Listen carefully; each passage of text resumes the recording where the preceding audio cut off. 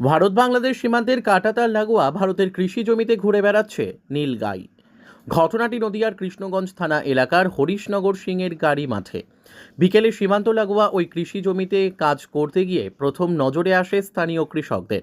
এরপর কৃষকদের মধ্যেই একজন ক্যামেরাবন্দি করে নীলগাই ঘুরে বেড়ানোর ছবি। যদিও এই বিষয়ে স্থানীয় বাসিন্দাদের দাবি যে তারা এই নীলগাইটিকে ঠিক সীমান্তবর্তী কাঁটাতারের পাশে ভারতীয় যে কৃষি জমি রয়েছে সেখানে ঘুরে বেড়াচ্ছে। যে কোনো মুহূর্তে কাঁটাতার পেরিয়ে বাংলাদেশে প্রবেশ করতে পারে। তবে স্থানীয় বাসিন্দাদের মধ্যে একাধিক ধোঁয়াশা তৈরি হয়েছে। এই নীলগাই এলো কোথা থেকে? নাকি ভারত বাংলাদেশ সীমান্তবর্তী এলাকায় পাচারকারীদের হাত থেকেই পালিয়ে গিয়েছিল নীলগাই, নাকি এর পেছনে রয়েছে অন্য কোনো রহস্য? বর্তমানে স্থানীয়দের মধ্যে একাধিক প্রশ্ন নীলগাইকে ঘিরে। গ্রামবাসীরা দাবি জানাচ্ছেন প্রশাসন ও বন দপ্তর এই পশুটিকে সংরক্ষণের জন্য উদ্ধার করে নিয়ে যাক। Bureau report, crime press, Bengal news. আপনাদের সীমান্তে নীলগাই দেখা যাচ্ছে, কি বলবেন? আমাদের এই সীমান্তে নীলগাই আমরা কোনোদিন দেখিনি, এই সর্বপ্রথম আমরা এই নীলগাই দেখলাম। এই নীলগাই দেখে আমরা সবাই হতবাক, অবাক হয়ে গেছি। কোথার থেকে আসলো, আমরা তো কোনোদিন দেখিনি। তা এই প্রসঙ্গে সর্বপ্রথম আমি বলতে চাই যে ফরেস্ট ডিপার্টমেন্টকে খবর দেওয়া, তাদের হাতে এটা হ্যান্ডওভার করা।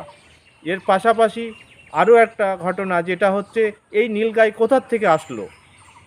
কেননা এটা হয়তো দুষ্কৃতীরা হয়তো নিয়ে এসছে ওপার বাংলায় পাঠানোর জন্য, কোনো কারণে তারা এটা পাঠাতে পারেনি।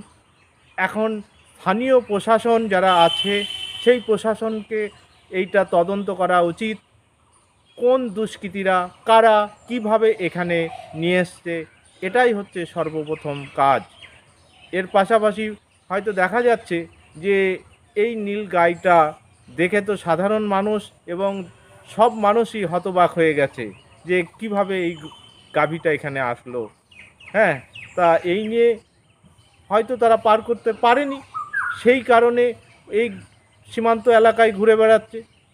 এর থেকেই আমরা অনুভব করতে পারি যে এই নীলগাইটা সর্বপ্রথম ফরেস্ট ডিপার্টমেন্টের হাতে তুলে দেওয়া, বন দপ্তরের হাতে তুলে দেওয়া, বা বন দপ্তর এসে এটা নিয়ে যাওয়া।